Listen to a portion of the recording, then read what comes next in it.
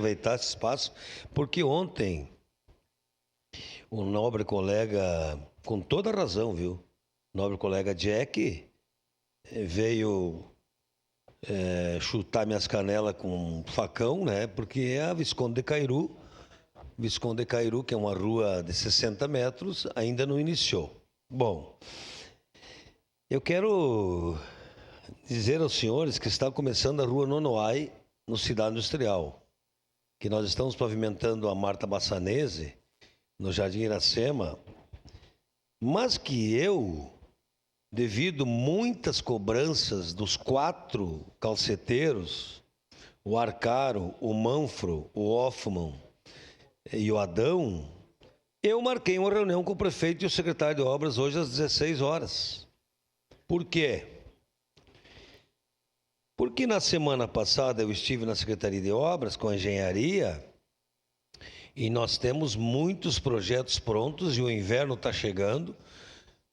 E não é uma crítica, eu acho que a gente precisa dar saída para as coisas, dar indicações, dar sugestões. Então, nessa reunião que nós vamos ter hoje, é muito importante para as comunidades, porque depois eu, como presidente da SEDUT, faremos uma grande audiência pública. Talvez tenha moradores aqui de 50 ruas. Poderão ter moradores de 50 ruas. Hoje tem perto de 100 projetos prontos. Tem ruas de 50 metros, tem rua de 200 metros, tem rua de 150 metros. Então, a gente está lá na ponta, e o prefeito Adiló já foi vereador desta casa, sabe o quanto eles cobram. E eu quero valorizar que quando ele foi secretário de obras, nosso prefeito, eu era diretor do orçamento comunitário, nós calçamos 100 ruas. Então agora está na hora, não pode passar mais um ano sem um programa de pavimentação comunitária. Por quê? Porque no meu cálculo que eu tenho feito das pedras que sairão do Canaliza Caxias, nós chegaremos a mais de 30 mil metros quadrados de pedras usadas, que são melhores que as novas cortadas hoje. Que são melhores que as pedras cortadas hoje.